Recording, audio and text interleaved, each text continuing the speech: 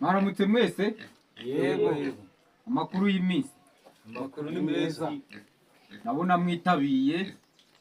Yego twitabiye nese. Mbanje kubashimira kuba mwitabiye ubutumire bwanjye.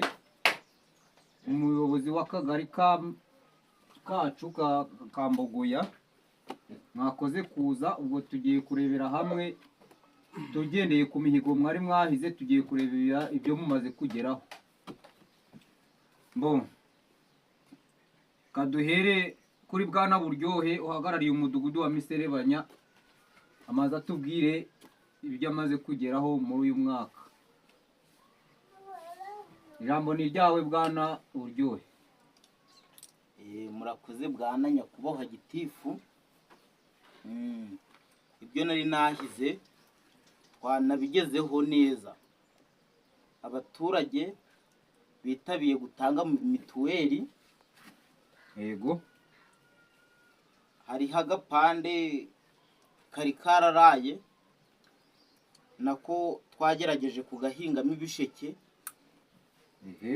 Abaturage banje bameze neza, bararya bagahaga, nta kibazo kibamo mu mudugudu wanjye. Mbese abanyabuzima bo mu mudugudu wawe barakora neza, nta bwaki warayirwanyije mu bana? Bwaki narayirwanyije, nico kintu ca mbere namanjije nakora. Umudugudu wawe kubaga mu Burayi kutari kubivuga? Umudugudu wanjye ubaga mu Burayi wa kigabo we. Waje kuguramo indaya? Azibamo n'abandi bayobozi barabizi, barakubwira nta kibazo. Nanjye ndabizi. Tutagendeye ku byo bari umudugudu wa Manyinya ko ufite akavuyo. Bite byawe ntiturakugeraho. Twakomeje Bwana Buryohe, ugomeze utubwire. Buraya nta twabimutumye, aravuga ateze ku mudugudu we. Murakoze. Nabyo yabitakari. Amagara badasoba kujane witonde. Guca mu ijambo undi muyobozi wagiye uyuba. Ariko kambabwira ibiriho bijye bivuga. Bikomereze. Uyu mugabo umudugudu we habamo indaya, usanga iyo uri kugenda usanga indaya zo mu mudugudu we uri kubesha. Ibiriho bijye bivuga. Gitifu bari kumbeshera. Bidindiza giterambere. Komeza. Twasizeho n'uburyo abaturage bajya babona imboga batagiye kugura mu isoko. Ni keza. Twasizeho mbesi ibyo bita ibikoni, uturima tw'igikoni. Dutembereye mu mudugudu wawe wabitwereka. Bakaba bagwaye bwaki. Bwaki narayiciye. Ubuda wagira banywaga ngufu.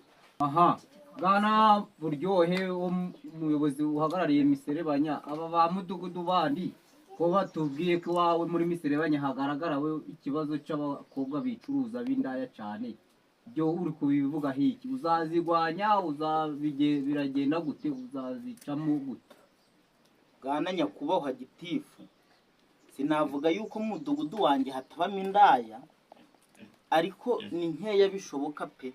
Naza ariko ndi kugerageza ngo ndebe uko zacika burundu nzirandura. Nizo mihigo dufite. Oya. Vuga kari nyinshi. Ngo ninye. Indaya bivuga biri hanze. Urongera kunsebya ndaguhanyuka. Yawe. Domewe. Aba bagitifu aba bayobozi yicare nta kibazo, uzadusabe ubufasha, tuzagushakira abapolisi n'abadaso baze bagufashe mukore za operation mu izo ndaya muzifunga. Aho ugomba kumubwira ko bagomba kurira baranasora. Gusora bagasora. Urakoze Bwana Buryohe, umuyobozi uhagarariye umudugudu wa Miserebanya. Twagiye kuri Matiyasi uhagarariye umudugudu wa Busaro. Jambo ni ryawe Bwana Matiyasi.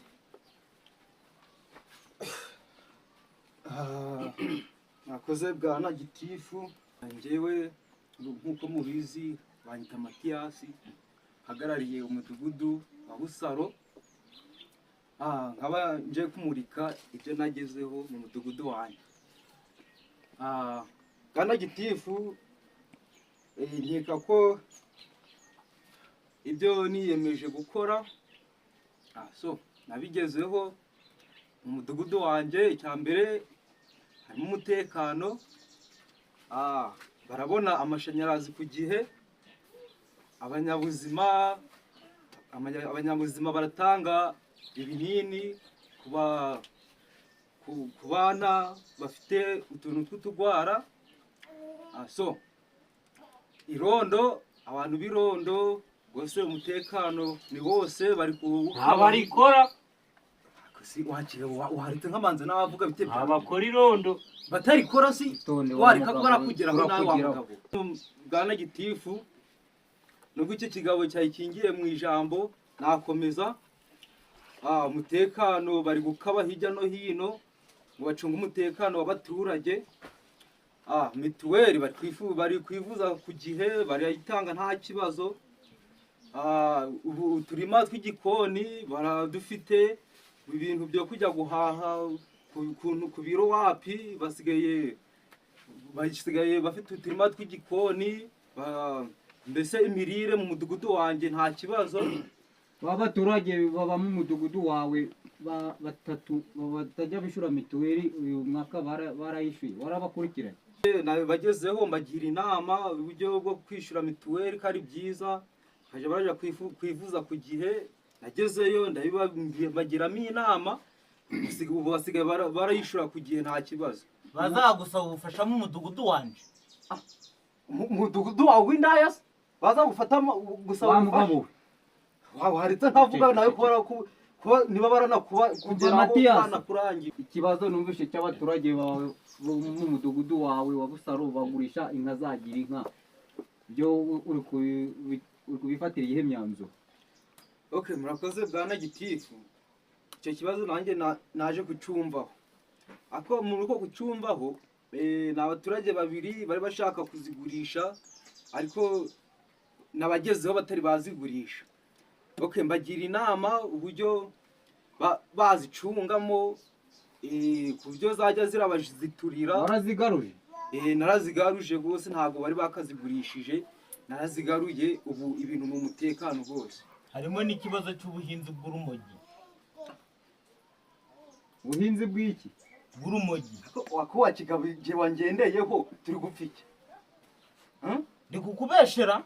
Utambeshera se, ushaka kunsebesha mu nama kubera iki? Ko wabubonye wabubwiye nde? Hari umuntu wamenyesheje umuyobozi ko ubonye hano bari kuruhinga? Natanze ikibazo.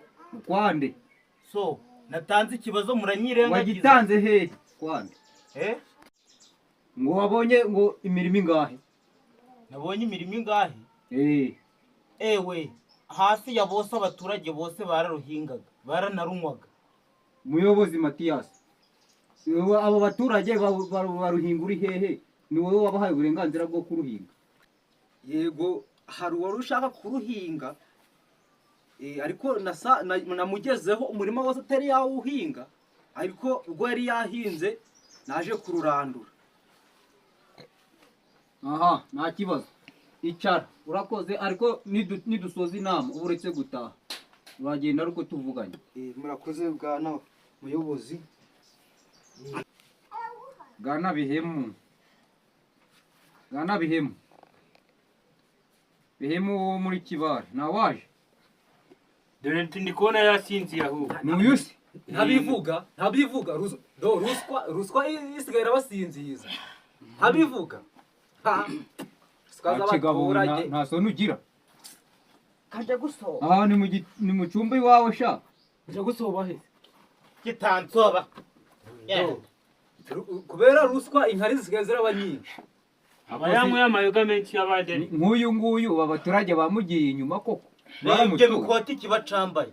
Uruntu rw'urusaza baruha umudugudu. Umugore navuga ijambo bamuha ijambo kumwama. Bihemu.